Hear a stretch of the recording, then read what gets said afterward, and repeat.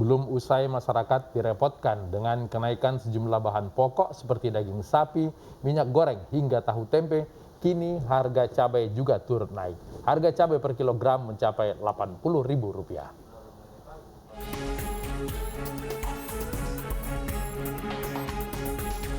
Kenaikan harga cabai sangat dikeluhkan oleh para pedagang. Di Pasar Cisalak, Cimanggis, Kota Depok, harga cabai rawit yang sebelumnya berada di angka Rp40.000 per kilonya, kini mencapai di angka Rp80.000 per kilonya. Pedagang menyampaikan kenaikan harga tersebut terjadi sejak 3 hari lalu.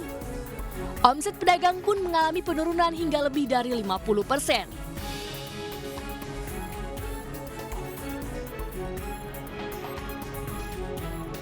Di sejumlah pasar tradisional di kota Yogyakarta, salah satunya di Pasar Beringharjo, kenaikan harga cabai berkisar antara Rp8.000 hingga Rp10.000 per kilogramnya.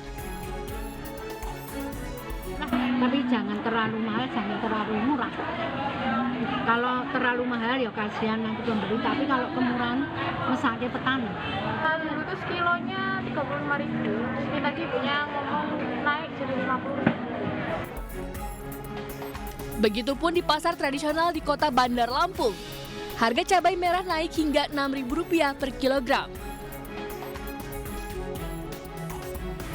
Dari harga semula Rp32.000 per kilogram menjadi Rp38.000 per kilogram. Kenaikan harga cabai dipicu kurangnya pasokan dari para agen.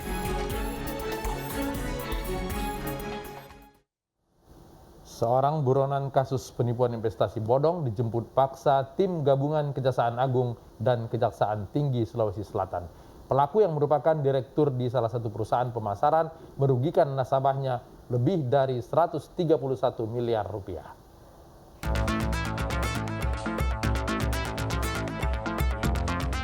Yohanis Tandilangi alias Toti, buronan tindak pidana penipuan investasi bodong dijemput paksa saat bersembunyi di rumah keluarganya di Jalan Kayu Manis, Kecamatan Matraman, Jakarta Timur.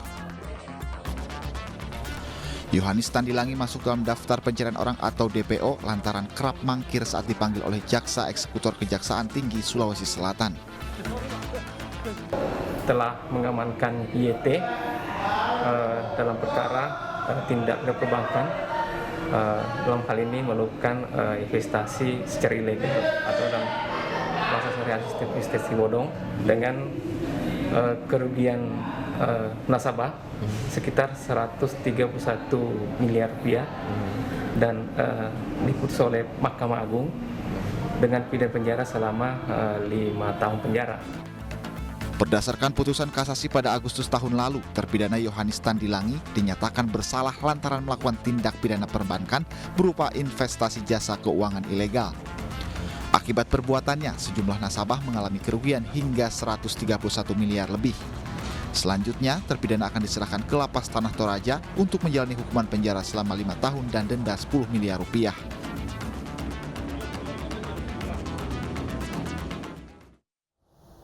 Bareskrim Polri kembali menyita aset rumah dan mobil mewah milik Indra Kents. Rumah mewah yang disita ini merupakan kantor dari kursus trading milik Indra Kents. Berikut informasinya dalam Prime Highlight.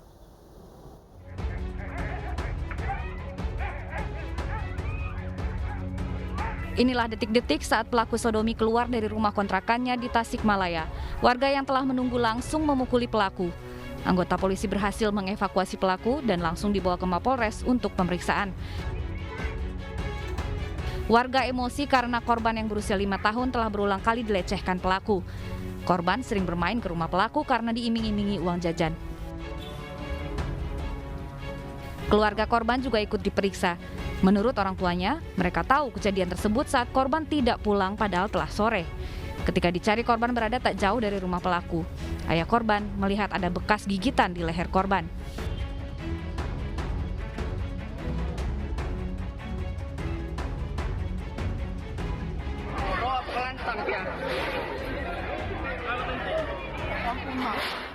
Suasana keramaian pernikahan berubah jadi duka.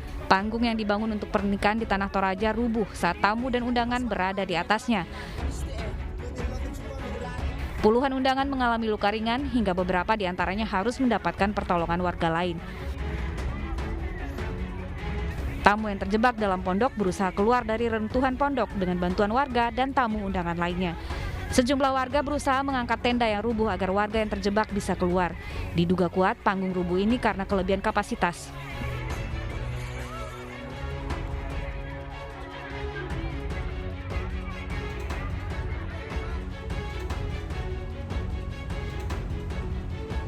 Setelah sebelumnya melakukan penyitaan terhadap aset tersangka kasus penipuan binomo Indra Kents berupa rumah mewah dan mobil sport, Ditipideksus Bareskrim Polri kembali menyita aset Indra Kents berupa bangunan dan tanah di Medan, Sumatera Utara.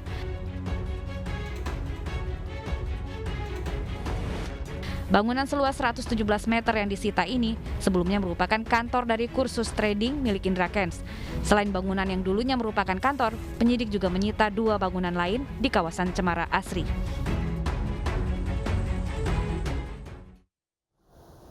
Sejumlah pesohor disebut-sebut pernah menerima uang dari tersangka investasi bodong Doni Salmanan. Polisi meminta orang-orang yang pernah menerima uang dari Doni untuk segera melapor.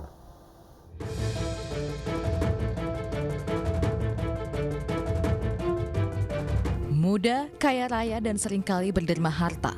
Hal ini yang seringkali dipertontonkan oleh 2 crazy rich muda, Indra Kents dan Doni Salmanan. Kini keduanya resmi menjadi tersangka dan ditahan dengan kasus yang sama, penipuan investasi bodong berkedok binary option. Menyusul Indra Kents, kedok protagonis Doni Salmanan terkuak atas tipu-tipu investasi palsu. Indra Kents dan Doni dijerat dengan pasal berlapis Undang-Undang ITE dan tindak pidana pencucian uang. Penyidik juga kembali melakukan penyitaan aset milik Indra Kents. Penyidik sudah melakukan penyitaan 1 buah kendaraan lagi, yaitu kendaraan Ferrari merah tipe California tahun 2012. Ini yang sudah dilakukan. Nah, juga ada 2 unit tanah yang ada di Deli Serdang, itu juga sudah dilakukan penyitaan oleh penyidik dari Ditipideksus. Kasus penipuan judi opsi biner Indra Kents dan Doni Salmanan turut menyeret sejumlah nama pesohor. Di antaranya, YouTuber Reza Arab, Arif Muhammad, penyanyi Rizky Febian, pasangan Rizky Bilar dan Lesti Kejora, serta Alfie Rev. Kepolisian meminta kepada para penerima uang dan barang dari Indra Kents serta Doni Salmanan untuk melapor ke kepolisian agar pihak terkait dapat lepas dari sanksi tindak pidana yang menjerat kedua tersangka. Polisi juga menyampaikan tidak menutup kemungkinan adanya tersangka baru dalam kasus tersebut. Dalam pemeriksaan yang bekerja sama dengan PPATK telah ditemukan adanya transaksi ilegal yang mencapai 8.267 miliar rupiah. Ada 375 laporan yang sudah PPATK terima. Dan jumlah transaksi, nah ini yang sering ditanyakan oleh teman-teman, jumlah transaksi yang terkait dengan investasi ilegal dari pihak-pihak yang terkait dengan Sunmode Alkes, Forex, Fireblast, Evotrade, afiliator dan segala macam tadi itu 8.267 miliar rupiah ya lebih gitu ya. Transaksi ini tidak hanya terjadi di dalam negeri, tetapi juga keluar negeri. PPATK juga sudah menghentikan 121 rekening dengan total 353 miliar rupiah. Selain itu, polisi meminta kepada para korban penipuan untuk membentuk paguyuban. Nantinya, paguyuban ini yang akan memfasilitasi pengembalian aset bagi korban penipuan investasi binary option. Seorang pasien ibu hamil yang mengalami pendarahan terpaksa dipikul warga melewati lembah dan sungai untuk sampai ke puskesmas di Alor, Nusa Tenggara Timur. Perjuangan warga tersebut karena ambulans tidak bisa menjemput pasien karena infrastruktur jalan yang rusak. Ambil pasien di Worguat, pasien perdarahan. Karena ambulans tidak bisa turun. Seorang ibu hamil yang alami pendarahan dipikul warga melewati jalanan rusak di Desa Halerman, Alor Barat Daya, Alor, Nusa Tenggara Timur. Warga juga harus menuruni lembah dan menyeberangi sungai. Pasien yang merupakan ibu hamil ini rencananya dibawa ke Puskesmas Probus Halerman Abad. Ambulans yang biasa dipakai menjemput pasien terpaksa tidak bisa dipakai akibat kondisi jalan yang hancur. Pasien pun terpaksa ditandu karena mengalami pendarahan dan harus segera mendapat perawatan medis. Halo, kita ambil pasien perdarahan di Workuat. Bisa belakang itu. Mereka pikul dengan kursi. Warga berharap infrastruktur jalan di kawasan itu segera diperbaiki. Jalan rusak ini sangat menghambat aktivitas warga terutama saat darurat. Presiden Joko Widodo menyupiri Megawati saat meninjau persemaian modern Rumpin. Informasinya saat lagi.